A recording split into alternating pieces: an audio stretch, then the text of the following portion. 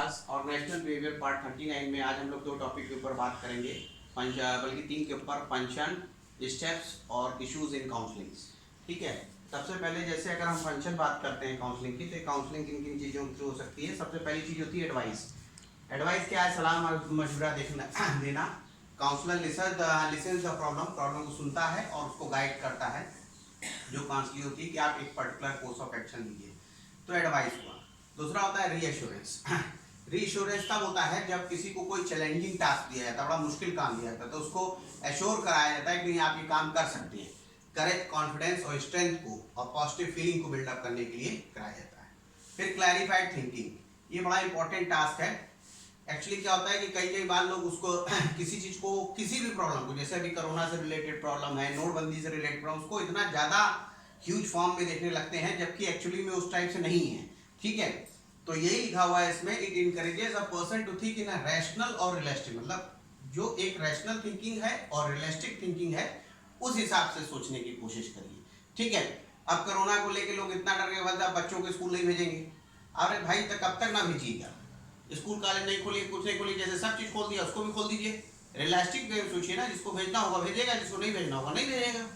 ठीक है, जिसको पढ़ना होगा आएगा, जिसको नहीं पढ़ना होगा नहीं। जैसे दुकान खोल दिए हैं, जिसकी मर्जी होती जाता है, जिसकी मर्जी होती नहीं जाता। तो रियलिस्टिक वे में अब इसको आप कहिए कि कभी दवा ना आएगी तो फिर सोल्यूशन ही नहीं बनेगा, तो आप तब तक सब चीज को लेके बैठे रहिए। तो अब वो कोरोना के साथ ही चलना पड़ेगा, उसको छोड़ के नहीं चल सकते। ये रियलिस्टिक वे है चीजों को लेकर चलने का, इसको जरा ध्यान दीजिए। फिर रिलीज ऑफ इमोशनल टेंशन। कभी कदार किसी को किसी प्रॉब्लम को लेके इमोशनल टेंशन हो जाती है और वो किसी को अपनी प्रॉब्लम बता देता है कि हमको ये प्रॉब्लम है, तो आप उसकी प्रॉब्लम सुन लीजिए। बस उसके प्रॉब्लम आपके सुनने से उसकी समस्या बहुत हद तक खत्म हो जाती है। क्यों? क्योंकि अपना टेंशन, फ्रस्ट्रेशन उसने आपको बता दिया।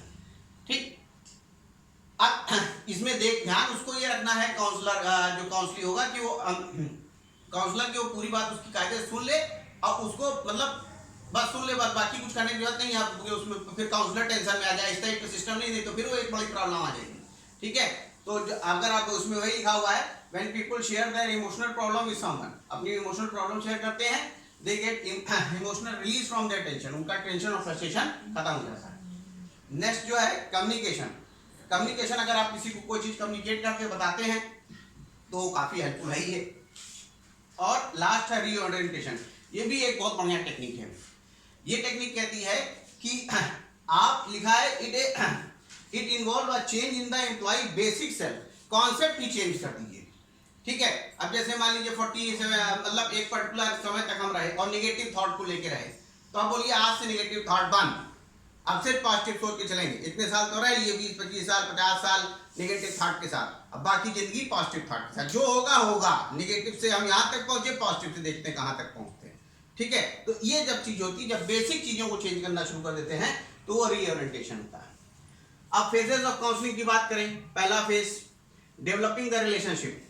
जब तक काउंसलर और काउंसलिंग की रिलेशनशिप अच्छी नहीं होगी, काउंसलिंग प्रोसेस बेकार हो जाएगी।